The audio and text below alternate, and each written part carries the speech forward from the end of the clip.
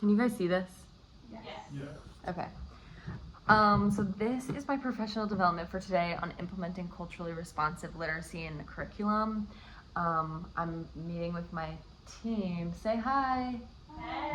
I'm meeting with my team to discuss this with them, and yeah, so this graph shows that teachers ranked their professional development needs with culturally responsive literacy emerging at the top priority. As you can see, we offered like a few options, but this was one that teachers seemed to not have a lot of information on, so we're kind of leaning into that for this professional development. While all topics are valuable, this is one that stood out, indicating a strong and specific need for support in this area. The teachers are honestly asking for help in making literacy more inclusive and reflective of their students' backgrounds, and prioritizing the topic that aligns with the teacher's voice, current classroom needs, and broader goals for equity in education. This kind of stems from that research shows that bilingual vocabulary instruction does not seem to impede the development of vocabulary abilities and may support both L2 and L1 vocabulary abilities more effectively than instruction in L2 only. Here's this video. Okay guys, tune in. On this video, I will be discussing global and multicultural literacy. Nowadays, teachers and students need to be globally competent. In this regard, it is also necessary to know the value of multicultural literacy. Global literacy and multicultural literacy is interconnected. First, let us define global literacy. Okay, so we kind of already watched this, and it's going to be 10 minutes, so I'm going to just skip it for the time being, and obviously it's linked. Here, I'm going to walk over here and have them scan this QR code so that we can do the next part of the activity. Here you go. So 1 second. Thank Okay. Okay, so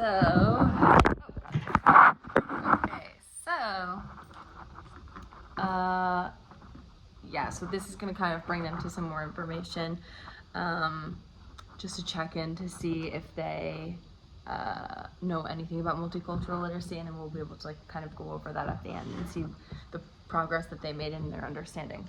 So what is culturally responsive literacy? It's literacy that reflects, respects, and affirms students' cultural backgrounds, identities, and lived experiences. It goes beyond surface level inclusion. It centers diverse voices in both what is taught and how it's taught. Acknowledge the role of language, culture, and identity, and how students interpret and respond to texts. Unlike culturally responsive pedagogy, neoliberal reforms that purport to exist, although racial achievement gaps in the U.S. have been facts of attention, solutions have emphasized offering all students the same curriculum, taught in the same way, regardless of the fact that they are based on language, worldview, and experiences of white English speakers. That quote kind of is talking about how, despite the curriculum written by a specific group of people for a specific group of people, the intention between incorporating multicultural literacy is so that like the exposure to things that are outside of this specific population's norms can be addressed in academia as if it's somebody else's normal life as well. So this is just a case study that you guys are going to work on. So I'm going to read the scenario to you guys, and then I'll just pass this computer. This is our version of smartboards at our school. So you're going to work with your team, that's you guys, to come up with a literacy-based plan to navigate the scenario. So during morning math lesson, Miss Bennett presents a word problem. Kai has 36 marbles. He gives 9 to his friend. How many marbles does Kai have now? So imagine that scenario happened in an elementary math class. And then one student, Logan, asks aloud, wait, Kai? That's a weird name. Where's that from? Others echo the question or joke lightly about it, saying, it sounds like a ninja name.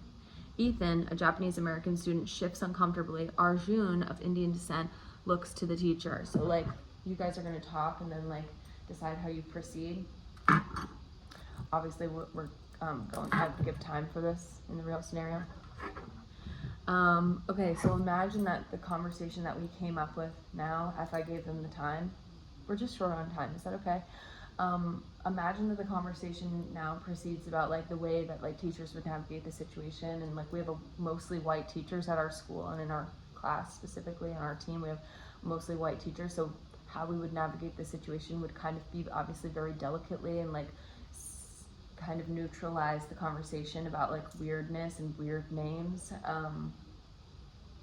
Teachers do this all the time, but when it's presented to you as if it's a case study rather than that it's a real life, it kind of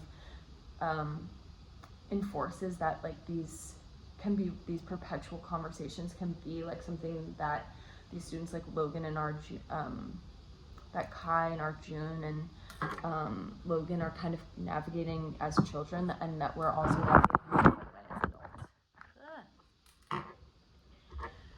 adults. Okay, so here you're gonna scan this QR code too. 1 second.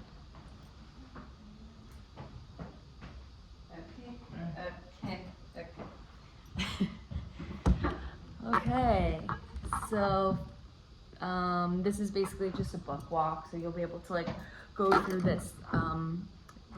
This is like a list of culturally responsive read alouds, just like an active list of things from 2025 where authors are publishing specifically towards the like population of people that don't fit under the category of like white and like all our general stance in the general public. So this could be like race, ethnicity, background, language, things like that, religion. So they're in this scenario, they would look at the books in piles and navigate the room. But because I want this to be under 10 minutes, I'm going to just continue on, and we're going to pretend that they're working as a group right now, quickly and quietly. This QR code is the book list. Okay. Oh, and it also has summaries of each book.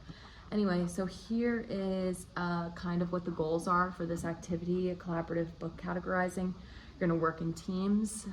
This is a 4th and 5th grade team. You can group, if it's for a larger group, you could do it based on like academic area. So like at our school, we separate between math and ELA. They're gonna sort through books of like what feels relevant to topics that they're going over. So like for example, right now we're learning about like natural resources and sustainability across the grade. So like we have books that are natural resources of different places. And then also the plan is that they discuss relevance across curriculum similarities, and then plan ways that this book can be used in your current or next unit. So like if our next unit I think is, well, let's just do the current one, okay, so I don't have to think about it. Okay, we're making the time. I'm gonna give you this QR code one more time. Here's another one. Okay, 1 second. Okay. Okay, and it's just a confidence check to see like kind of understanding like the purpose of this professional development. This would be a really good time, like if we had like a 45-minute to an hour and a half block that we would have time to like plan a lesson. And then this link is like the lesson plan, that template that we're gonna use, as you can see. And then okay, last thing is, this is when I would, if this were to be a real scenario, this is when I would follow up. So like on this calendar, like, and this Google link, this links to everybody's calendar that I would be sending an invitation to anybody in the room. And in this case, it's just my team. And it says that like you have to, at one point it's going to be that we're following up as a team, then like submit your notes that you created here. Like I'd be curious to see like what was kind of discussed, and then also like the next scheduled meeting that would be like a follow-up, because I feel like that is something that doesn't actually typically happen in a PD. Okay, I'm gonna pause it, but this is the next step resources. So this slideshow will be available and shared through our shared drive. And then if you click here, this is the survey link that you can check your Google Calendar also for your scheduled meeting times. Okay, 10 minutes.